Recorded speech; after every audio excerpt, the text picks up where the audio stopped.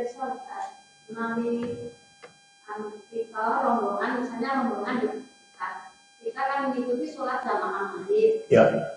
Terus selesai sholat maghrib itu kan akan melanjutkan sholat jamaah isya. Ya. Itu misalnya itu dibacaannya sir gimana? Karena yang imam kan ibu-ibu semua gitu. Misalnya kan di sekitarnya masih banyak jamaah yang lain kan juga sholat isya. Oh itu artinya Anda dalam perjalanan musafir sholat di maghrib atau isya disirkan itu boleh. Walaupun berjamaah boleh. Tidak harus ya. Apa? Tidak harus disuarakan. Ya boleh. Hanya ya gini, Nabi selalu menjaharkan sholat maghrib dan isya dan subuh. Dan itu kita ikuti. Tapi dengan alasan tadi penjenengan mungkin karena wanita atau mungkin bisa keras tapi ya tidak sampai banyak terdengar oleh orang yang lain. Jadi bisa ada dua pilihan, tetap membaca jahar hanya ya sewajarnya. Jangan malah wah ini kelasnya pun suaranya pun kelas rekaman nanti malah buanter. Wah itu tidak. Wanita sebaiknya ya wajar, tidak usah sampai mengeraskan suaranya. Bertalbiyah saja untuk haji itu Nabi tidak menginginkan wanita terbiahnya keras-keras. Yang disuruh keras laki-laki ya. Wanita tidak merendahkan suaranya. Tetapi kalaupun toh harus sir itu tidak mengapa, itu dibolehkan. Boleh. Iya. Monggo wonten yang lain silakan. Yang kanan lebih jauh, kemudian di pusat. Ya. Kemudian posisinya kanan itu di sini bukan salah satunya tadi, Pak. Salah satunya kan gitu. Ya. Ya. Di posisi Ya. kaki atau gimana? Ya. Punya kamu. Kemudian yang kedua, berikutnya dilihat ketika imam itu mau mengakhiri surat Al-Fatihahnya. Ya. Walau dolin, dia membaca Robi Firli Bali-Bali. Oh iya. Ya baik. Bagus pertanyaannya bagus. Yang pertama, takbir. Allahu Akbar. Yang kemarin ya, yang tadi saya bilang Allahu Akbar. Ini sesuai dengan sunnah. Meletakkan tangan kanannya di atas tangan kirinya di dada. Tapi maka ada, tidak banyak tapi ada Allahu Akbar. Nah, diputar gini. Itu saya mendapat berita, entah benar atau tidak. Kenapa bisa begini? Ini bukan karena akrobat atau pemain sirkus. Ini katanya dia kan ada piwulang. Yang nonopopo terutama dua. Kalau ada dua itu dulu kan yang kanan. Gitu ya. Kanggo sandal. Karena betul Nabi itu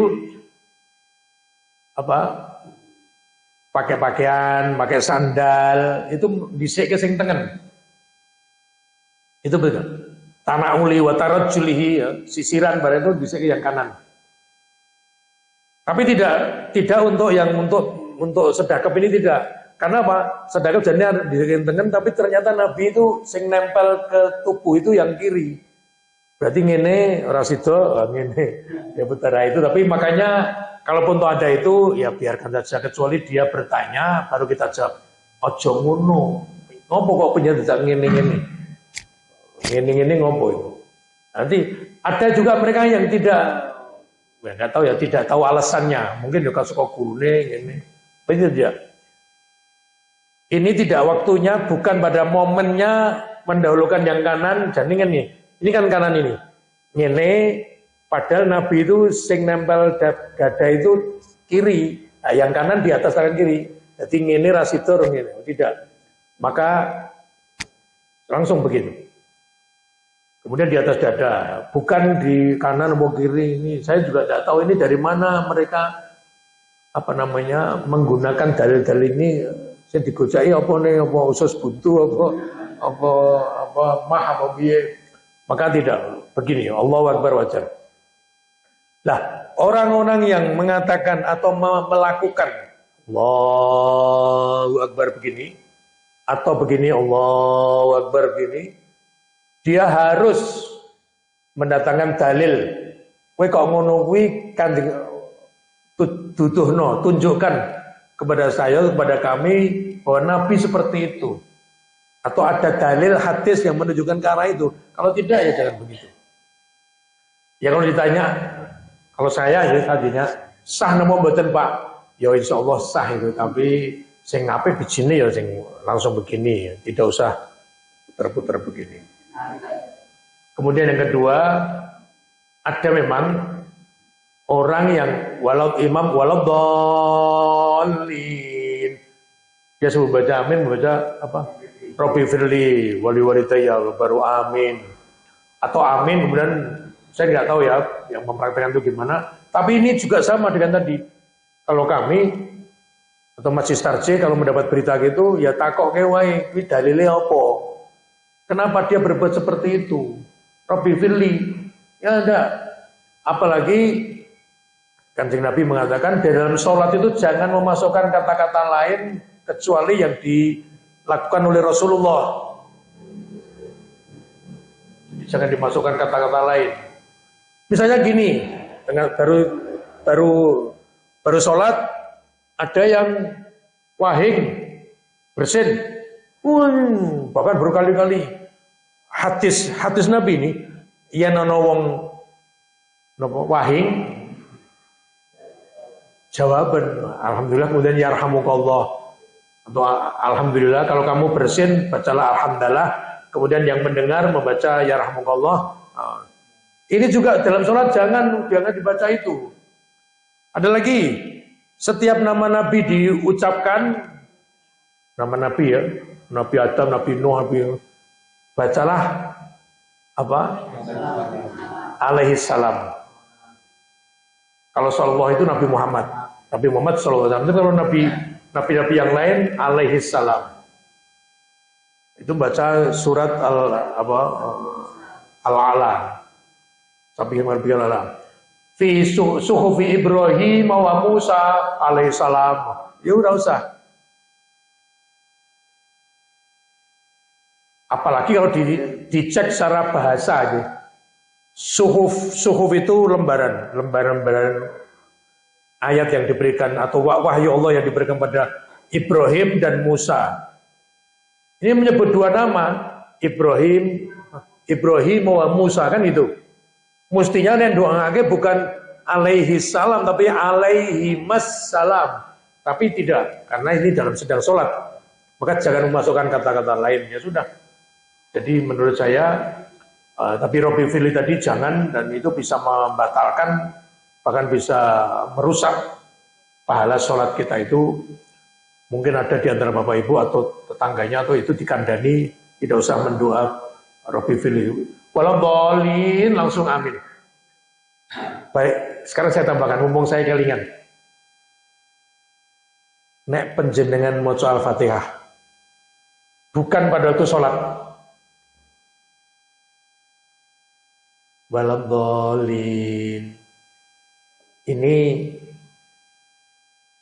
ilmu ya pemetu. Ora sah maca amin. Kalau Anda buka nanti Qur'annya, itu banyak Qur'an.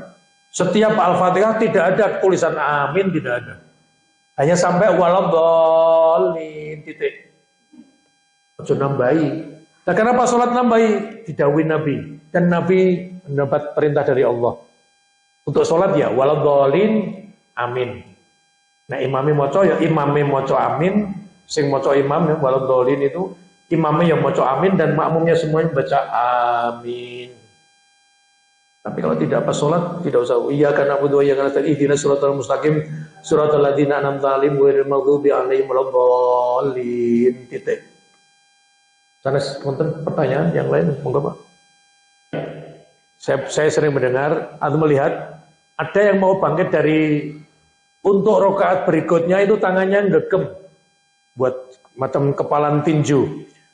Ini tidak, kami tidak menyarankan seperti itu karena di dalam PT itu menekankan kedua tangannya. Ini biasa begini, dibuka. boten gegem. Ini saya juga tidak tahu dari mana mereka ini. Saya tidak tahu. Kalau di Majlis Tarjih itu misalnya habis tahiyat ya, Allahu Akbar, biasa begini. Boten ngenten. Maka tetap ini dibuka telapak tangan kita ini untuk tumpuan. Misalnya rakaat pertama mau ke kedua, sama begini, langkahnya ya, tangan kita ada dulu. Kemudian kalau bisa ini baru ini ditaruh di sini. Kemudian baru. Tapi beberapa orang kesulitan untuk yang sepuh, ya. Lah, kalau sudah kesulitan, itu penjenengan saisone semaksimum yang bisa penjenengan lakukan. Ya, saisone. Seperti Tarjih juga memutuskan yang kalau habis itidal untuk sujud itu Tarjih merojehkan yang dengkulnya dulu. Begini, Allahu Akbar. Ning nek ngene kangelan, ibu-ibu bapak mungkin karena sepuh atau apa posisi boyok atau macam-macam pantatnya besar atau apa, angel ndak malah kejlungup, boleh. Ngeten nggih. Allahu Akbar. Lah niku ngeten sih. Nah, gini baru dengkulnya, baru monggo itu tidak mengapa, tapi pada dasarnya kalau di Majlis Tarjih ada SOP-nya itu standarnya kalau mau ruku itu Allahu Akbar lutut dulu ya niso ini kemudian baru tangannya. Kemudian tadi juga waktu mau berangkat waktu mau naik tidak begini tetapi membuka tangan kita gini dan untuk tumbuhan baru kemudian kaki kita ke atas bangkit Allahu Akbar tanpa mengangkat tangan kalau itu untuk rakaat kedua. Kita angkat tangan untuk rakaat ketiga baru belakang. Nah, untuk tadi siapa lagi Ibu? Monggo. Iya, yang dibolehkan ta'awud. A'udzubillahi minasyaitonirrajim. Langsung. Ya. Gini loh. Yang tadi sebetulnya yang menjadi masalah itu ada kata-kata Allah berfirman dalam Al-Qur'an, a'udzubillah lah ini loh. Mestinya Allah berfirman dalam Al-Qur'an misalnya Qul huwallahu ahad. Allahus samad. Lam yalid wa lam yulad wa lam yakul lahu kufuwan ahad. Karena a'udzubillah itu bukan merupakan Al-Qur'an, firman Allah yang langsung. Nah, gitu maksudnya itu. Jadi akan lebih aman mengatakan ini mungkin sudah menjadi apa ya? Pakulinan atau jamak itu khotib itu kalau ta'ala fi kitabil karim Allah menyatakan dalam Al-Qur'an a'udzubillahi minasyaitonirrajim kemudian ya ayyuhalladzina amanu taqullaha haqqa tuqatih khotib itu nah ini yang kadang-kadang dipermasalahkan sian panaskan Tarjih kemarin itu begini maksudnya nek panjenengan khutbah atau ceramah akan menyitir ayat dalil langsung saja Allah berfirman dalam Al-Qur'an ya ayyuhalladzina amanu taqullaha haqqa tuqatih wa la tamutunna illa wa antum muslimun itu kok ketoknya lebih tepat